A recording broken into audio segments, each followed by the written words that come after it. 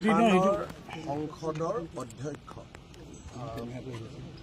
আমাৰ লোকসভা যেনেকুৱা তেনেকৈ জাপানত যিখন সংসদ আছে হাউচ অফ পাৰ্লিমেণ্ট বুলি কয় তাৰ অধ্যক্ষ ডাঙৰীয়া তেখেতক মই জাপান ভ্ৰমণৰ সময়ত লগ পাইছিলোঁ আৰু তেখেতৰ ঘৰত ভোজনৰ বাবেও তেখেতে মোক মাতিছিল আৰু সেই সময়তে মই তেওঁক অসম ভ্ৰমণৰ বাবে নিমন্ত্ৰণ জনাইছিলোঁ। তেখেতে মোৰ নিমন্ত্ৰণ গ্ৰহণ কৰি আজি প্ৰায় 52জন উদ্যোগ প্ৰতিষ্ঠানৰ বিভিন্ন স্তৰৰ বিষয়াক লৈ দুদিনীয়া ভ্ৰমণসূচীৰে অসমলৈ আহিছিলে। যোৱাকালি মোৰ কাৰ্যালয়ত আমি বিতংভাৱে কথা পাতোঁ। অসমৰ ৰাজ্যপাল আৰু বিধানসভাৰ অধ্যক্ষই তেখেতক সন্মানাৰ্থে নৈশ ভোজন এটাও কৰোঁ। আজি তেখেতে আমাৰ আমিন গাঁৱত আমি এটা কমপ্লেক্স বনাই আছিলোঁ, তাতে জাপানিজ স্কিল চেণ্টাৰ এটা বনাব পাৰে নেকি, IIT গুৱাহাটীলৈকে যোৱাৰ পথত তাকো পৰ্যবেক্ষণ কৰে। IIT গুৱাহাটীলৈ গৈ বিভিন্ন স্তৰত তাত চলি থকা কাম কাজৰ বুজ লয় আৰু জাগিৰোডলৈ আহি আমাৰ টাটা ছেমি কণ্ডাক্টৰ প্ৰজেক্টৰো বুজ লয়। নিশা তেখেতে মোৰ ঘৰত নিশাৰ আহাৰ কৰিব।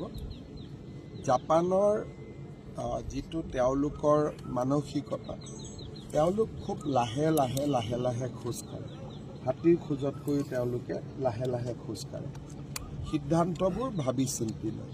কিন্তু এবাৰ যদি সিদ্ধান্ত লয় তেতিয়াহ'লে তাত তেওঁলোক খুব স্থিৰ হৈ থাকে। মই জাপানত যোৱাৰ পিছত জাপানৰ এম্বেচেডৰে অসমত দুবাৰ আহিলে। জাপানৰ আন এটা উদ্যোগপতিৰ দল এডভান্টেজ অসমৰ সময়ত আহিলে আৰু জাপানৰ ইণ্টেলেকচুৱেলসকলো আমাৰ আন এখন সভাৰ কাৰণে অসমলৈ আহিছিল।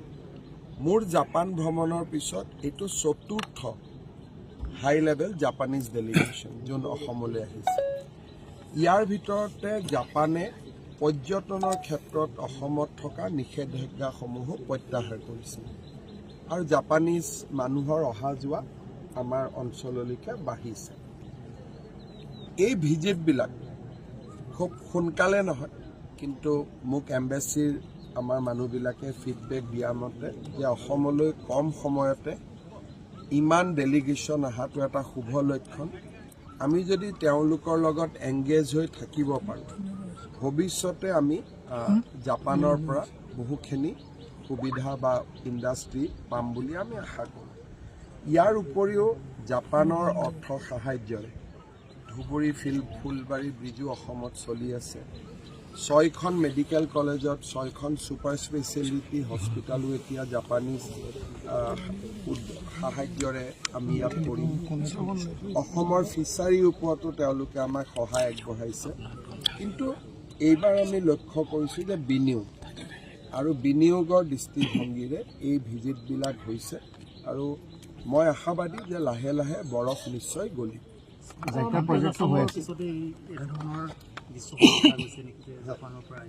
এডভান্টেজ অসমৰ পিছত জাপানৰ পৰা ডেলিগেশ্যন দেখিছে, আদানীৰ অসমত ভ্ৰমণ দেখিছে। তাৰমানে এডভান্টেজ অসমখন মিটিং এখন কৰি আমি তাক এৰি দিয়া নাই। এই কথাবিলাকত বাস্তৱত ৰূপায়িত হোৱাৰ কাৰণে আমি পৰ্যায়ক্ৰমে আগবাঢ়িছোঁ আৰু এতিয়ালৈকে মানুহৰ পৰা বা ইণ্ডাষ্ট্ৰীৰ পৰা আমি খুব পজিটিভ ইতিবাচক এটা ইংগিত পাই আছোঁ। সেইখিনিতো খুব সোনকালে হৈয়ে যাব। সেইখিনিতো মই ভাবিছোঁ যে অহা 2-3 মাহত হৈ যাব। যিখিনি চুক্তি হৈ গ'ল সেইখিনিতো হ'বই। এইখিনিতো আমি এটা বৃহৎ বিনিয়োগৰ কাৰণে চেষ্টা কৰি আছোঁ।